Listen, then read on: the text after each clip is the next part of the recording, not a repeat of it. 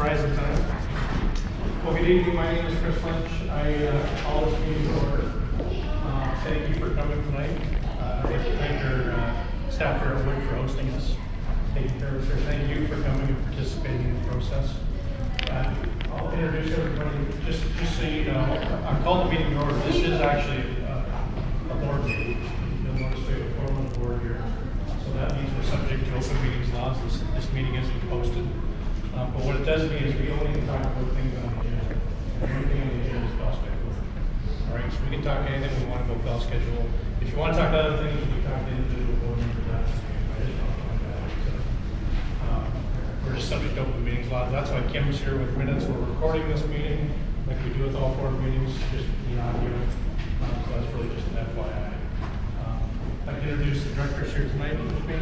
Lori Rowland, Mike Gates, Phil Hemingway's here, Brian Christian is on his way, and Latasha Sensor, who could not attend tonight. We have 6 of us here tonight, so. I think we're going to tag team myself and Lori. So I'd like to start by thanking Director Rowland and Director Leachy for leading this effort. I'd like to thank the committee. You're going to get into the committee who's all there, but thank the committee. I think it's been great leadership by Lori and Chris and the committee for bringing this process to the stage. We're excited to have dialogue tonight.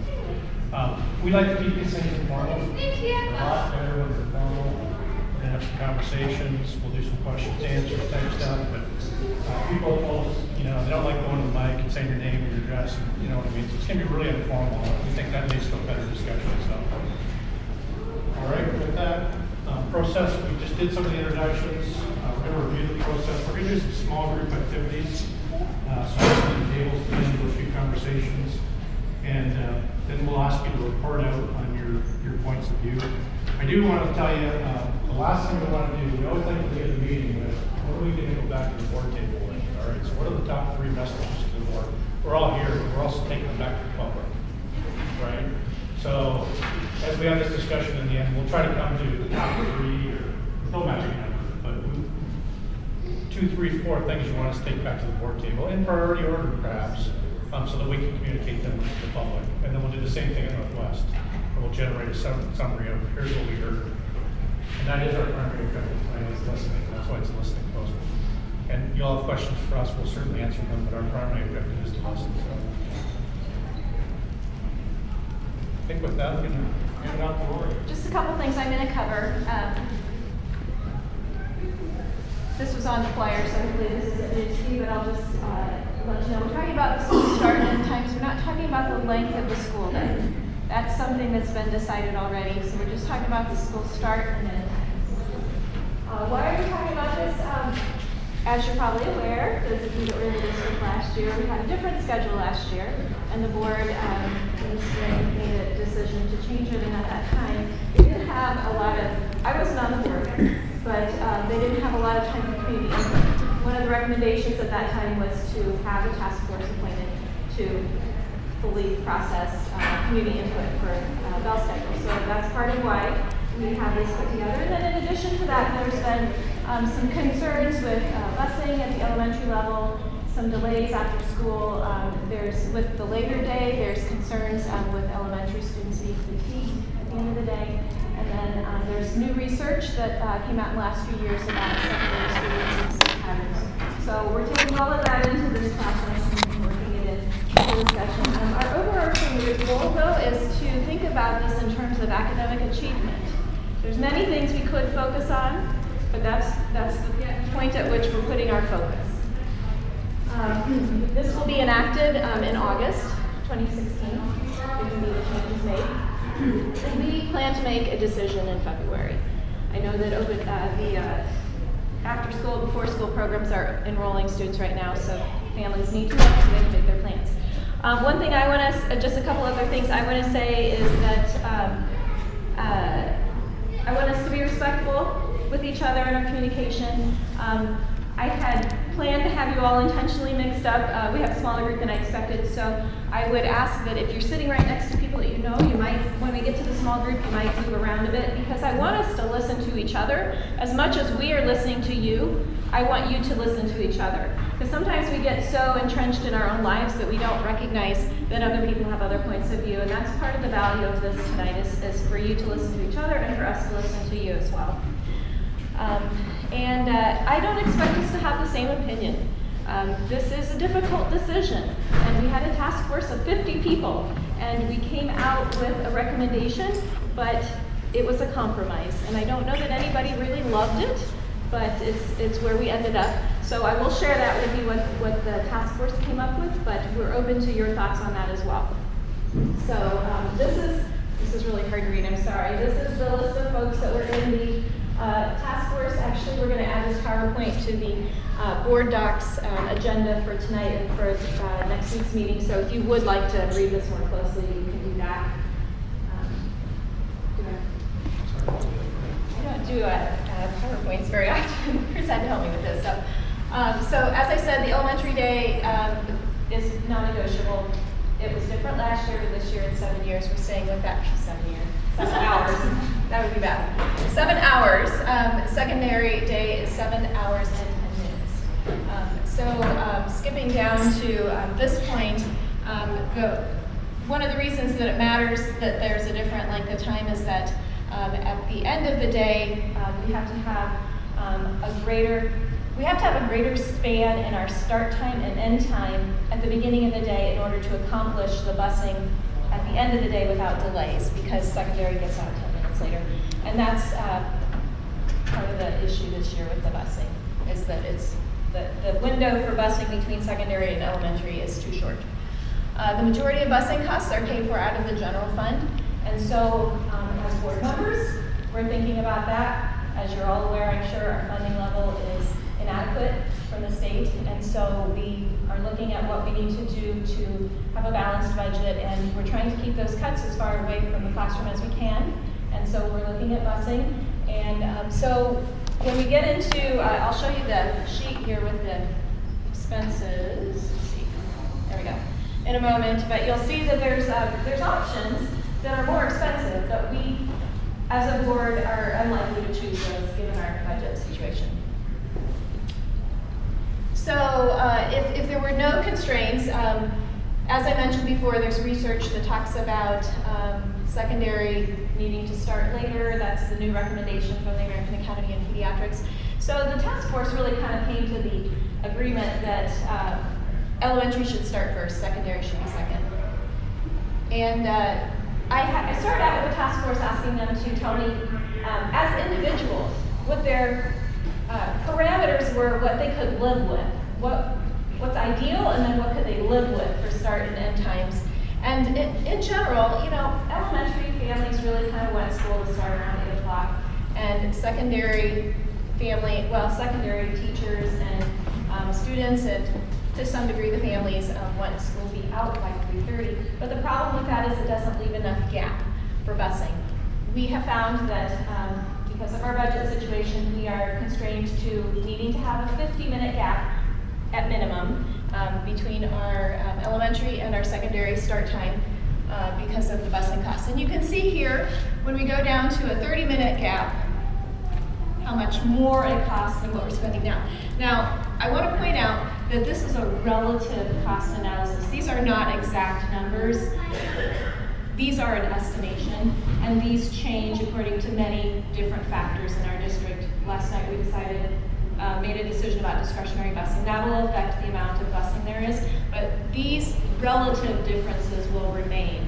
When we have a 55-minute gap, we save money over a 50-minute gap. When we go to a 40-minute gap, it costs a lot more money. So while these numbers will change, keep in mind we're comparing the relative difference, not the exact numbers.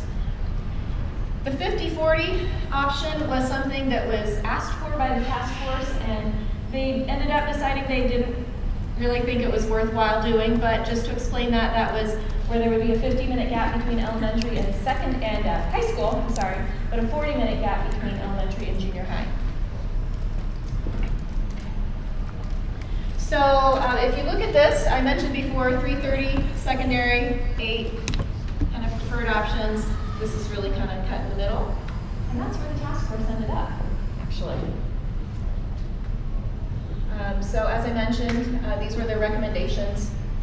They suggested elementary at either 7:45 or 7:50 with first preference for a 50-minute gap, second preference for a 55-minute Go gap. back to your table that you had on the previous slide. What's that? Can we go back one Yeah. slide?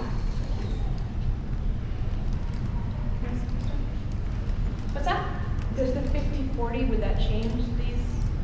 So the 50/40 is a little bit more expensive. So it's But in terms of the 65,000 more than what we're doing now. But there's some things that go along with that that make it less desirable. Some of the things that Durham has experienced, they have found that junior high and senior high students on the same bus, which would be the case in this situation, they would be on the same bus. Actually, no, I'm sorry, I take that back. They would not be on the same bus. No, they would. They would be on the same bus. That has created issues with bullying before that they found, particularly with those two age groups. The second thing that they found with that is that because of state law about how long students can spend on a bus, high school students can spend 75 minutes on a bus. Junior high and younger can only spend 60 minutes on a bus. So junior high students would always have to be dropped off first. High school students would always have to be dropped off second. So if they have a different start time, then somebody's going to be waiting. And it's going to be the junior high students that are waiting because they're going to be dropped off early enough so that the buses can get over to the high schools in time and arrive in time. And so, again, the task force decided that, if this was going to be a cost neutral sort of thing, or if the time gap could have been more like 30 minutes, like halfway between, then it would have been worthwhile to pursue. But you may disagree, and if you do, we want to hear that. So what I'd like you to do is to, in your small groups, and like I said, if you're sitting right next to people mix it up a bit. I'd like you to talk about just the kind of the general themes. Do you agree with elementary starting first, secondary being second? And then I'd like you to talk about if you were on the task force, what would your recommendation be for a 50-minute gap? And then we're gonna, and recognizing that it's a middle ground discussion. It's, not everybody can get exactly what they want. We have to meet in the middle somewhere. So if we could do that as small groups, and then what we're gonna do is report out to us, the board members, and then we'll have that for takeaways. I have a question back to you said the 7-hour day for elementary is non-negotiable. I want to know why that was changed and what metric we're using to determine if the extra half hour is improving our student performance or not. And then let Kristen do that. Yeah, it was, the primary rationale for changing it last year was that our elementary instructional time is actually at the state minimum. And there's not much about the Iowa City Community School District that's at the state minimum, but we run it very, very little time. And we had basically the shortest school day in the state. So when we really looked at, improving math proficiency, reading proficiency, and really looked at our educational outcomes, we thought that needed to change. So the primary driver was to add 50 hours of instructional time to the year, and we think that'll improve educational outcomes. In terms of how it will be measured, it's going to be in our annual performance report. It's going to be in our reading and math. The other thing I'll tell you is I think it's specifically focused on our students that aren't proficient. Our best students can probably handle a 3-hour school day, right? I mean, our best students don't need a lot of help. They're going to be successful no matter what. The kids that really need help are the ones that are not proficient. They need everyone. Okay, so that was the drive. A lot of things had to go into it. Have to be collectively bargained. If you recall last year, there was a lot of chaos at the state level in terms of when we could start school. So there's a lot of things that came together in May, and we had to make a decision, particularly in May, because we need to tell our staff by June 1st what their schedule is for next year. So that's why that happened quick. Yeah, so because it's built in our collective bargaining agreement, because I don't think there's a desire for going to change it. People have different points of view on that, but you just don't. That's a constant in this discussion. Not chiming in with something. I was going to mention this thing tonight, chiming in last night.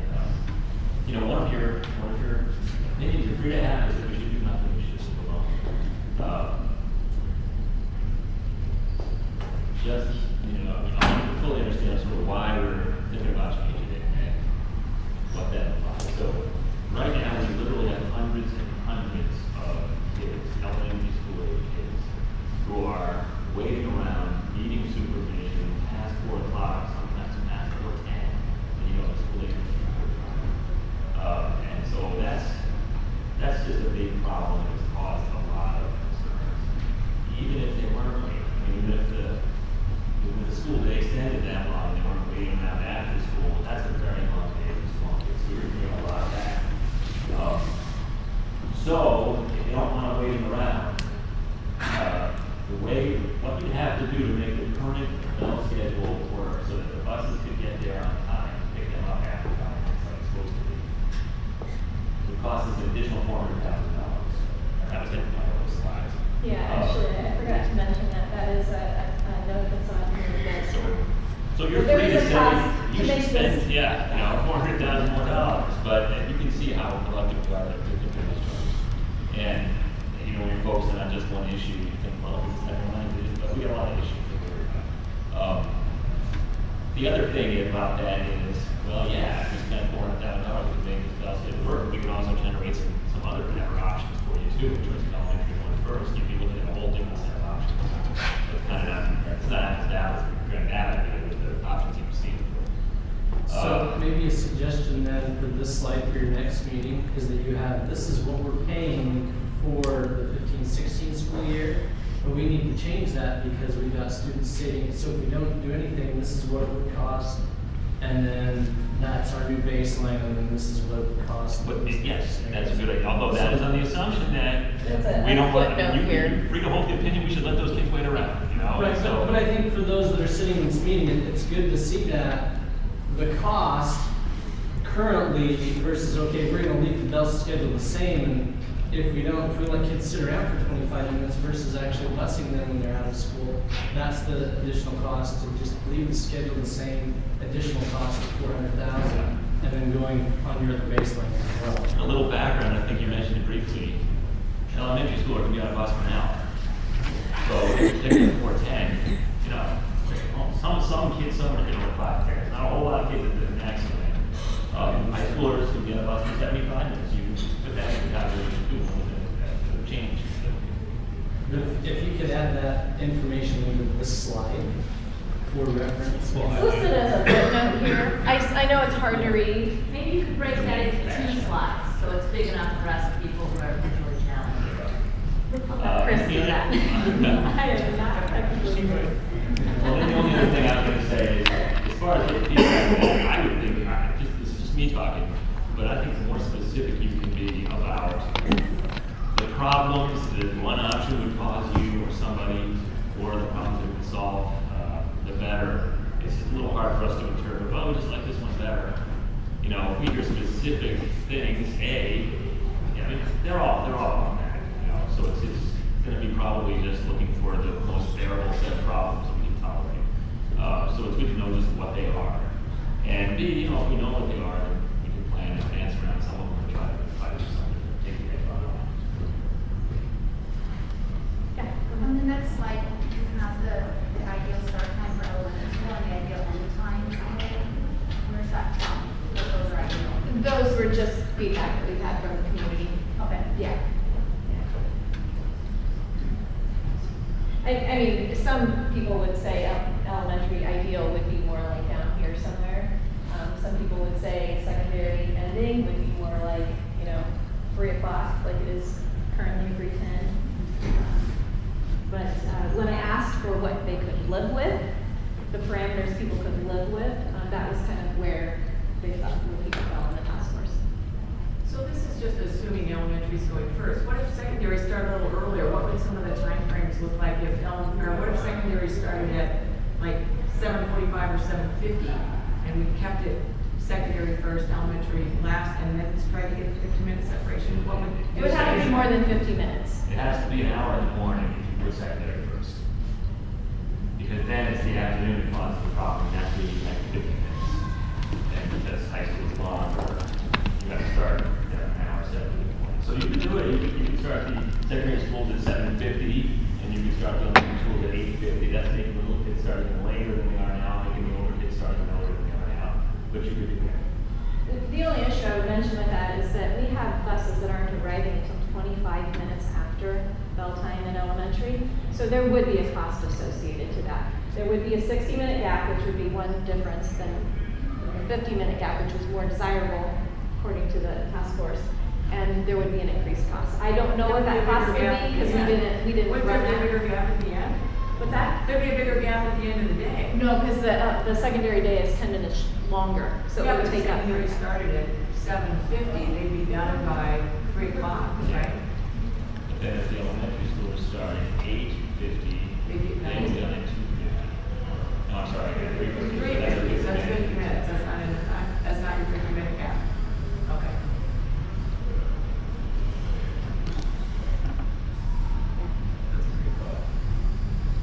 What's that? It's a thought, you know, these are good questions. I mean, I think you can do that in a way that ultimately you don't have the latency anymore. You're still gonna have the problem of people thinking it's a long day, for little kids, it's an early day, for little kids. Other questions before we get started? Yeah. Yeah, I'm talking about the financial piece, which I realize is important, there are lots of other things we can do with it. I'm wondering though, if we can think of that in terms of what percentage of our overall budget it is. I mean, 400,000 sounds enormous to me, but what percentage of the entire budget is that really talking Entire about? busing budget or No, the total entire budget. I mean, it's like when the federal government talks about $1 million, like, oh wow, but that's like peanuts, right? So you're in the $140 million range. So busing is $4.3 million, it's about 3% of the total budget. And again, more in benefits, now you're getting into the details. This is analysis on some of the gap. Now, notice this number doesn't completely equal 430.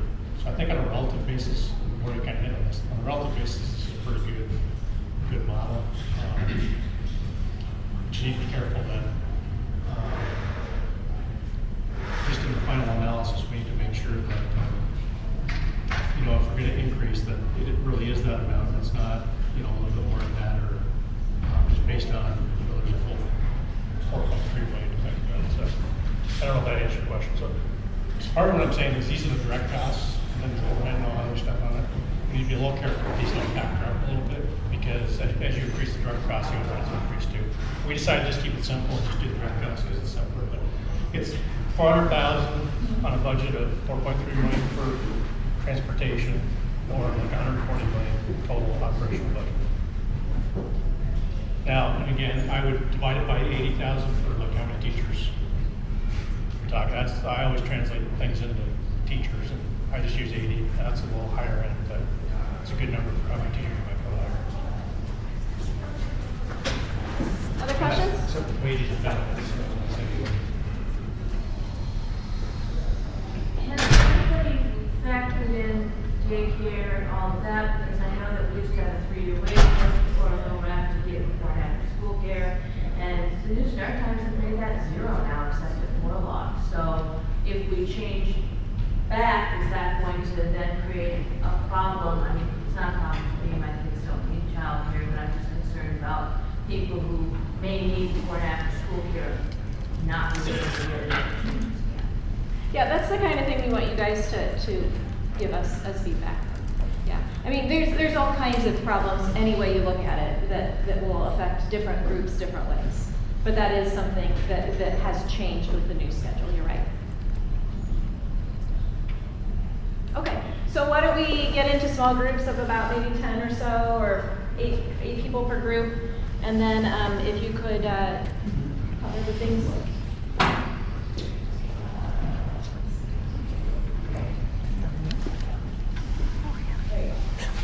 Great. Actually, Did you leave out you the should time? leave the You want to time have one? a Yeah, you remember these. Because the times takes 50 minutes.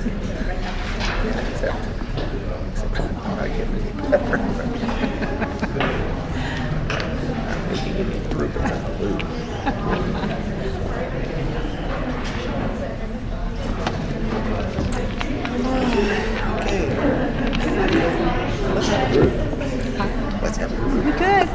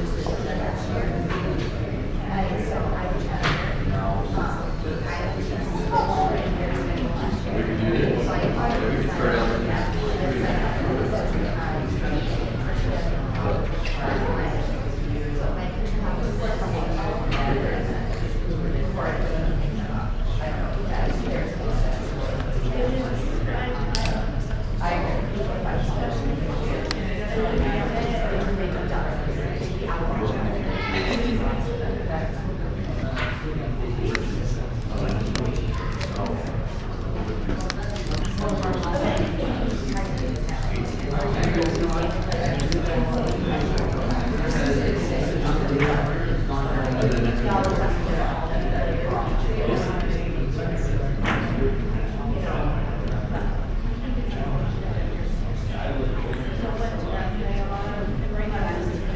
get back to it. He's showing in the presentation.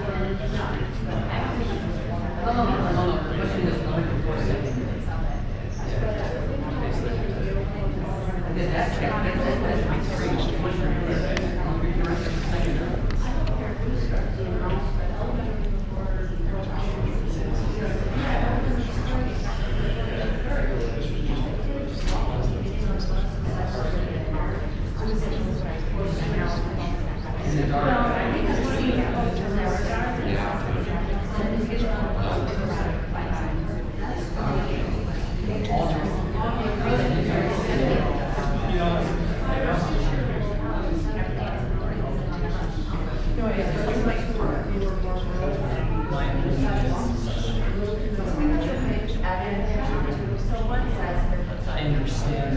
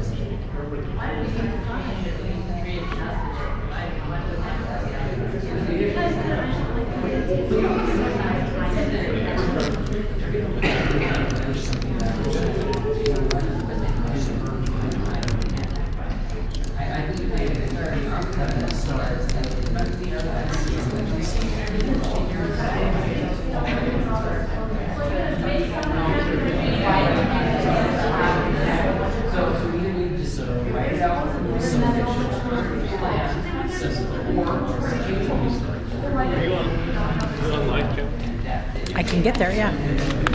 What you need? Well, I'm gonna need you the stick, and we can upload it right now. Oh, awesome. Yeah. I was trying to, that's why I was on my phone, I was trying to look at, do it on my phone, they just send me the email.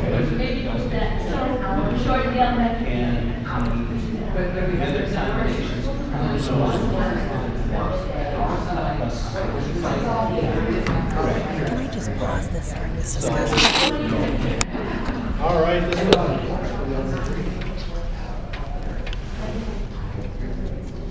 By the way, in case I forgot to say it, thank you all for coming.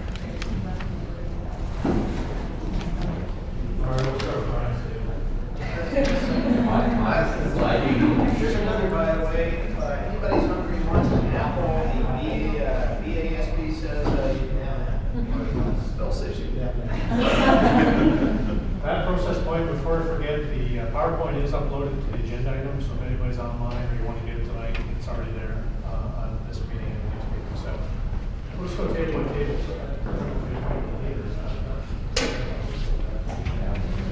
This table, want to start with, you can report out however you want. We just put up, do you agree with elementary starting first, secondary second?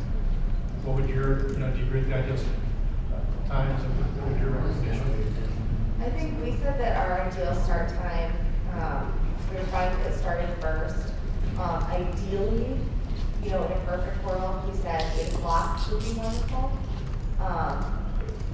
Our main concern was childcare. A lot of the after-school programs are limited in how many kids they can take based on the size of the building. It's not a staffing issue, it's how many kids they can typically take.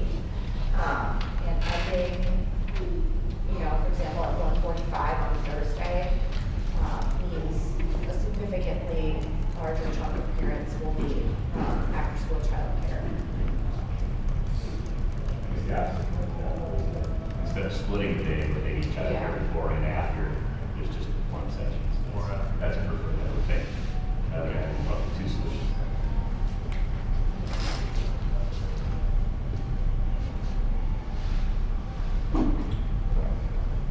One other suggestion or idea, at least that was brought up, was to, instead of going with the 50-minute gap, that would minimize, that would save more money money was already saved in discretionary spending, to use that to go with that 30-minute gap, which is more ideal for parents and students and teachers, it sounds like. Although it doesn't provide as many teachers in the classrooms or the smaller class sizes. It's the same as right now, we wouldn't be losing anything.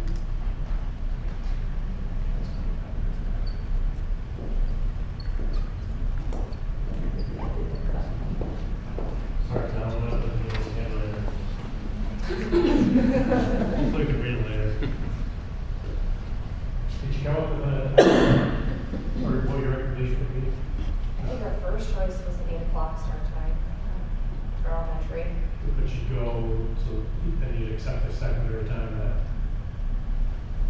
I think most of us have elementary school kids, so. So I don't think we really like too much. I think to summarize, we said we would like an 8 o'clock elementary school start time and use the money saved from last night's decision to remove discretionary funding, to remove turnaround time in 30 minutes. We will not actually lose any teachers that we have now. We're just repurposing the money to maintain better schedules for the next upcoming years.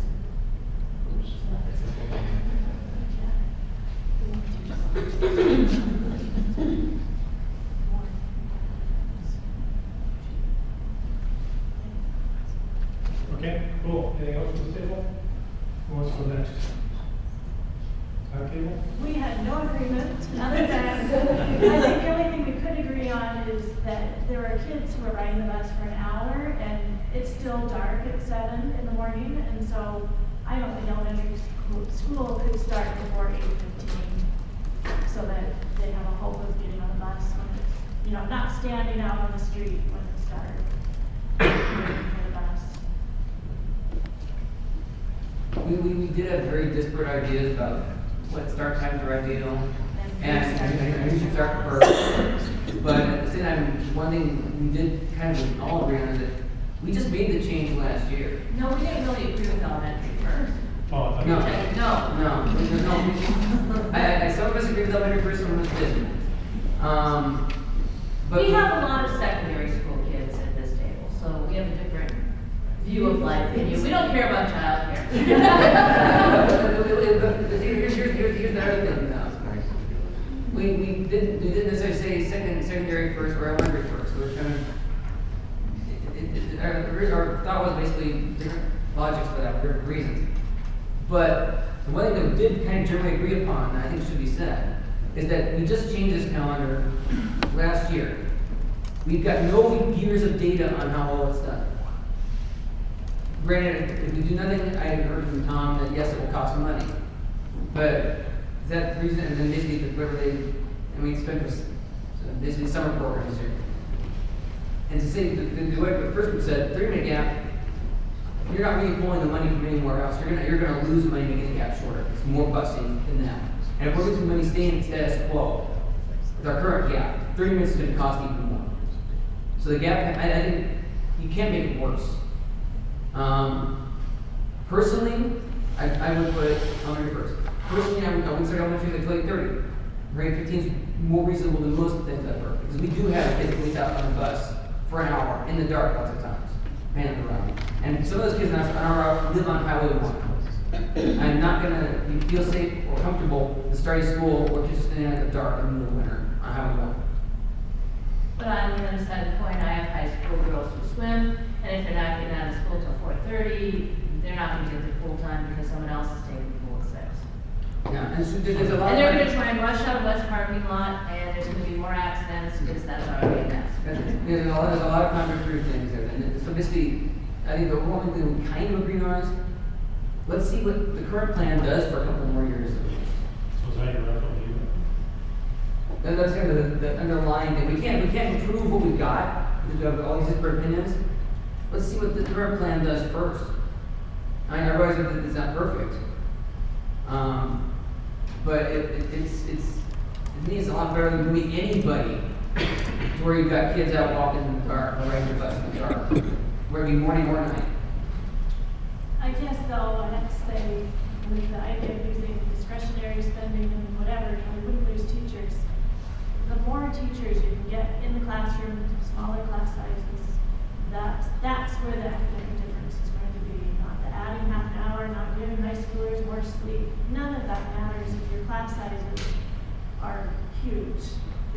our fourth grade teachers were talking about the probability of having 33 kids in the classroom next year. Right. And that you can't get anything done. So in some ways I'm in favor of coping so that we can save money and put more teachers in the classroom. I'll try one last time. Do you have a reco or no reco? No reco? Leave it as it is. Yeah. Leave it? I would say to go with anybody, I would say that regardless of whether elementary's first or secondary's first, we don't want anybody starting before 8 though. I would say that's definite. You don't, no 7:, start times. How many summary you want me to write down? Status quo. Yeah, that's nice. I would say it's status quo at worst, but nobody starts before 8 for sure. So current schedule? I don't know, we got it done in the schedule, because we were split on what should be first even, so. I'm gonna write down no reco. You guys okay with that? I'd say just keep it as it is, status quo. I mean, it's better than. That's our fallback, yeah. That's our fallback. It's not good, but there are worse options.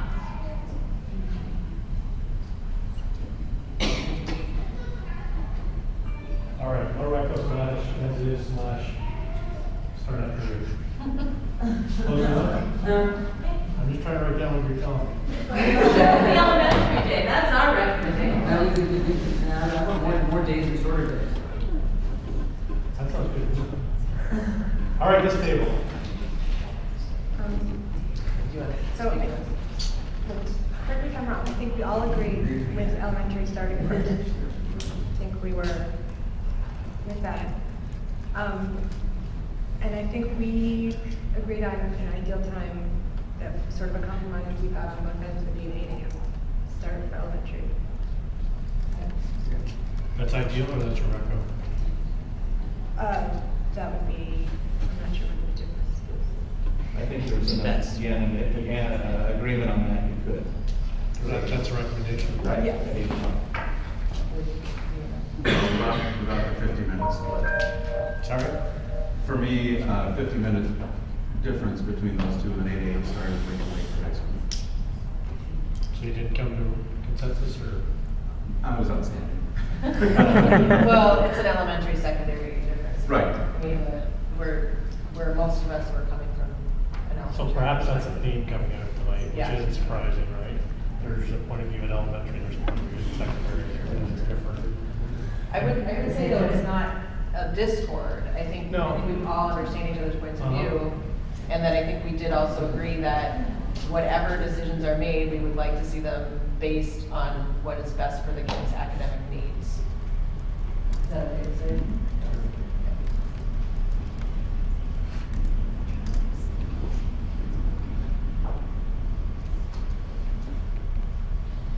And there was, there was a gentleman here that left, and I thought he had a good point.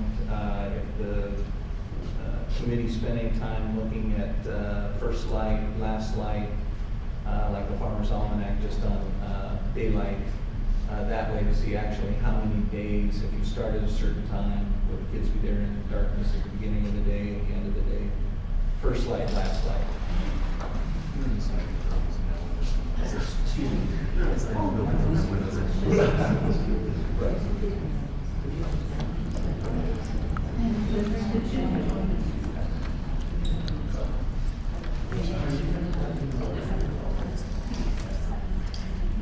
Anything else from this table? I thought the length of day argument, I don't know if you got that, just, there was concern about just the day itself was long, especially, you know. Not the school day, but the kids by 4 o'clock we have a teacher. By the time you get out and travel. And Yeah, they're getting up at the same time regardless of what time school starts, so they're having a longer, they're more fatigued by 4 than they would be by 3. Another issue too with secondary, even the junior high and the high school level, we've got kids leaving for athletic events out of the academic day at sometimes 2:30, if not earlier sometimes, depending on where they have to travel. So if we're gonna shift that back later, yeah, they're missing a great chunk of education because they're on a bus going to Kingston. No, absolutely. Yeah, the Mississippi Valley Conference and all of our other clubs will not change their schedule based on their development schedule, so. Could you restate that? I didn't hear what you said, Chris. Mississippi Valley, like sports Yeah. conference is not gonna change their schedule based on our Cal schedule. And that's gonna be same with other activities too, with the show choir, or, you know, up to go to, if you're doing external things for the school, that schedule is not likely to change. If you put if it did go back, or it stayed how it was with high school, starting before elementary school, that it's always a smaller gap afterwards, right? Where like, because right now I know there's a lot of elementary school coaches, or elementary school teachers who are coaches who are not able to get, either they're not getting to their practice on time, and someone else is running their practice, or their principals are allowing them to leave, and so those elementary school classrooms do not have teachers. And from what I understand, every principal is different. And so I like the elementary starting sooner for that reason, so that when those teachers have sports, I know you want to base it off of the academics, and not so that their team, has their coach with them, but because they're leaving elementary school early and also for sports, and some are leaving early for practices. So what are the key messages that we want to take back to the board on, be the first meeting in February tonight? You're not gonna make anybody happy, no matter what you do. I mean, people you make happy with one schedule, will be unhappy with the other, and vice versa.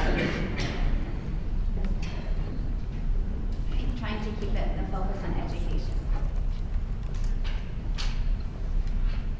I'm not sure changing again and again and again. I think people get frustrated with having only been in this district 7 years, the number of redistricting meetings I've been to and other meetings. It's getting old. So the schedule needs to be sustainable and lock it in.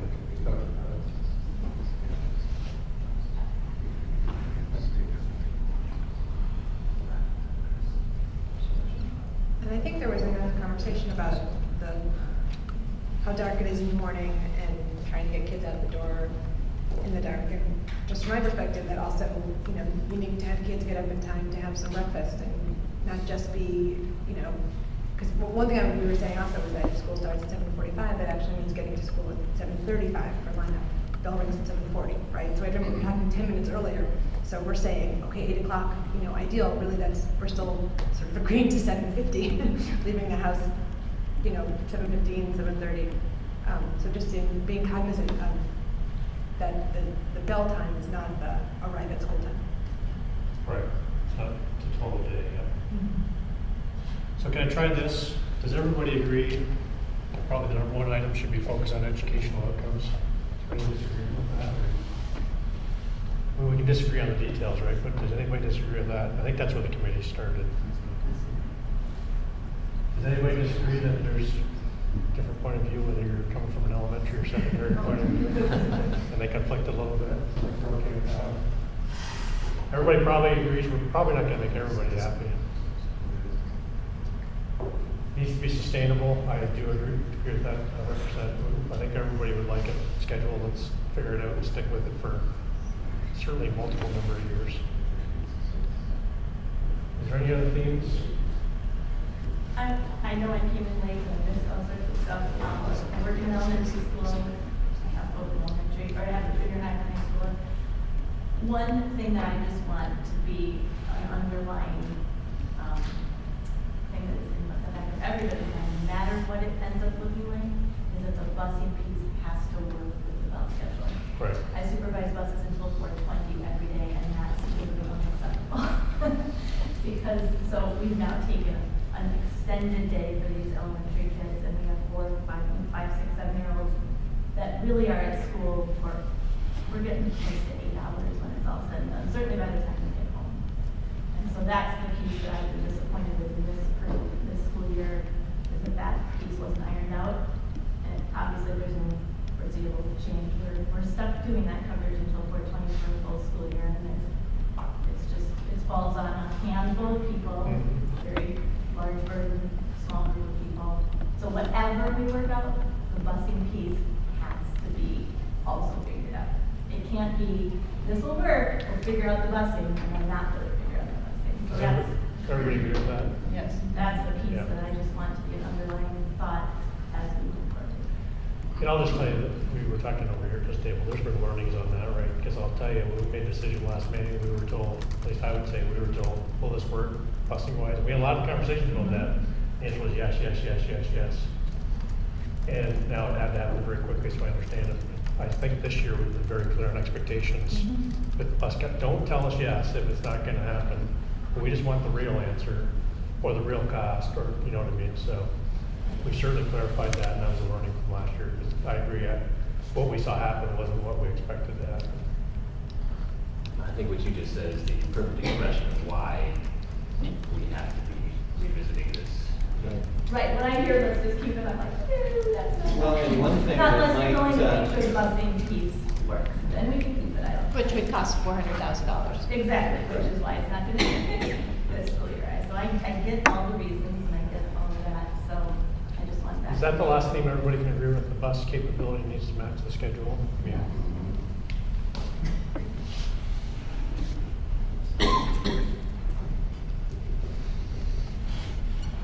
And I will say on that chart that was up earlier, that looked similar to this, all the times that are down here, or all the options that are down here, have built in the buses arriving between 10 and 20 minutes before bell time at each school, both levels, elementary, secondary. You know, one interesting point about that last piece that you just put up there, that was not true of our bell schedule last year. I come to understand that, secondary but the burden level, fell on the high, older. Yes, it fell on the older kids, who I think arguably better able to handle it. And a lot less of them had information no is cost, needed, but, that piece looks different. But it was not right. If we really wanted to meet that, we could not just fix this problem by going back. Right, I've come to understand that that is the case. I loved hearing from you and staff, and thank you for your comments. I was just wondering if the staff was giving you an additional recommendation of what they would prefer Bell times to each year. My answer would be, they're a big part of the committee, but you guys can. Yeah, that was mostly just hearing from them as part of the Bell Schedule Task Force Committee. You know, a big chunk of that committee was staff and administrators. We did not poll them separately. Although we have gotten a number of emails. Right, that's true. From elementary staff specifically. And the union representatives were part of the task force. So hopefully What they they get. say. Generally, they don't like the current schedule.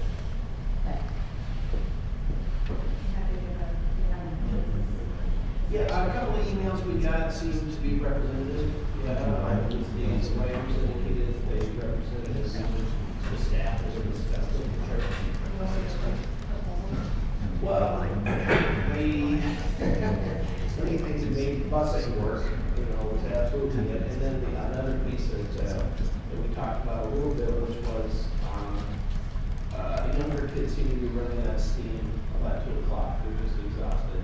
I can say anecdotally, I've been in a few classrooms, I've been in a K-1 classrooms at the end of the day, and they'd be running around other than locked down.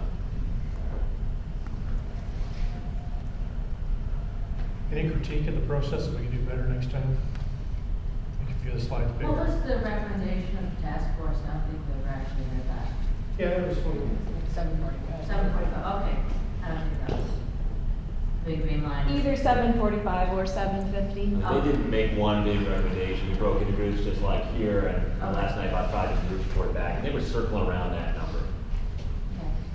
And actually, if you want to read the whole report, it's on board docs from last night on the agenda item. I'm suffering from insomnia, I'll look it up. Or you can watch the meeting for like the rest of the hours. I could have done that when I was at my daughter's surgery last week, yeah. I should have done that. Any critique of this process? Did it work for everybody? Oh, it's good. I agree with the adding more clearly, like that you can't keep it the same without fixing it, which like really clarifying. Make that more clear. Sure. Which Good idea. isn't a possibility without spending $400,000 more and making that really clear. Thank you. I think also clarifying why the half hour was added to the day. I think there's a lot of confusion out there and frustrating parents as to why the kids are in school half the want a page and a half from the rationale, it's also attached to the board docs last night. But we'll review that at the next board meeting as well. Yep.